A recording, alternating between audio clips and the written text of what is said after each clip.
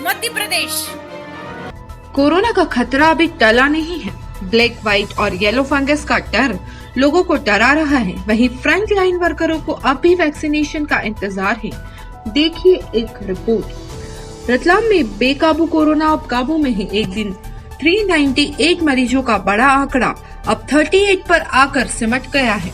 सरकार ने इस आपदा से सेवा देने वाले कई सरकारी विभागों के कर्मचारियों को फ्रंटलाइन वर्कर का दर्जा भी दिया है, लेकिन ये फ्रंटलाइन योद्धा अब भी वैक्सीनेशन के लिए लास्ट लाइन में खड़े हैं।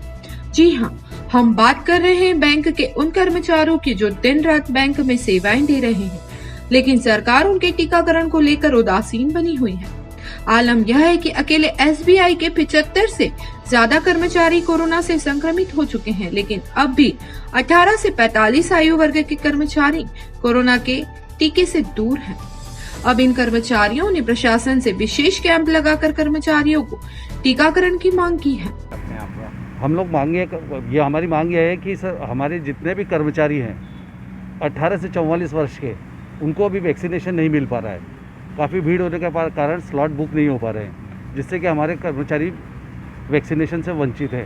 हम लोग चाह रहे हैं कि जो हमारे 18 से 44 के कर्मचारी हैं उनका वैक्सीनेशन शीघ्र किया जाए, जिससे कि हमारे साथी निर्बाध गति से बैंक का कार्य कर सके और अपने स्वास्थ्य का पूरा ध्यान रख सके। यही हम प्रशासन से और सभी से अनुरोध है कि हमारे साथियों के वैक्सीनेशन को।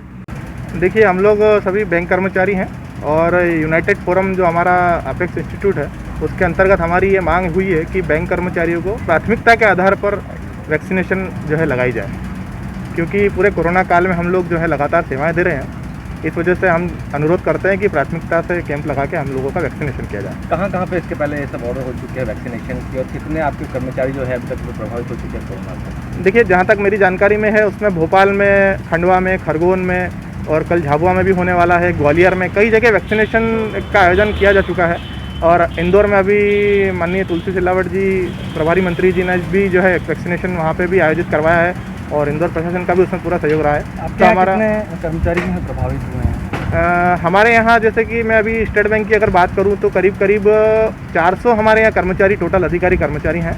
उसमें से लगभग 85 लोग अभी तक संक्रमित हमारे यहाँ हो चुके हैं। मतलब मोटा देखा जाए तो 22 से 25% हमारे साथी लोग जो हैं इन्फेक्टेड हो चुके हैं।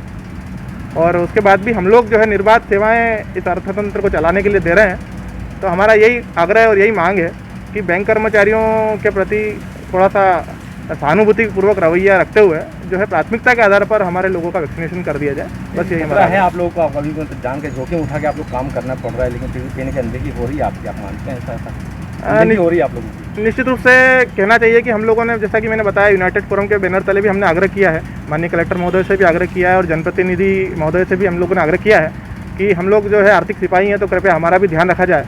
और हमारे लोगों के साथ भी कैजुअलिटी हो रही है, आए दिन हमारे लोग बीमार हो रहे हैं। तो वैक्सीनेशन होगा तो निश्चित रूप से हम लोगों को और हमारे साथियों को फ़ायदा मिलेगा और यही हमारा निवेदन है सर।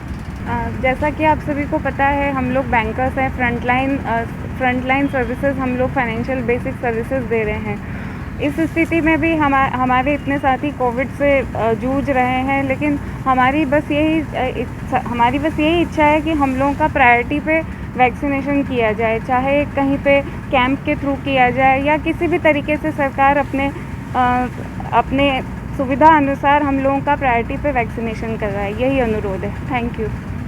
बहरहाल अब एसबीआई कर्मचारियों को अपनी और अपने परिवार की चिंता सताने लगी है। उम्मीद जिला प्रशासन से है कि प्रशासन उनसे गुहार सुने और वैक्सीनेशन कैंप लगाकर बैंक कर्मचारियों को राहत दे। प्रयास न्यूज रतलाम से अशोक शर्मा की रिपोर्ट।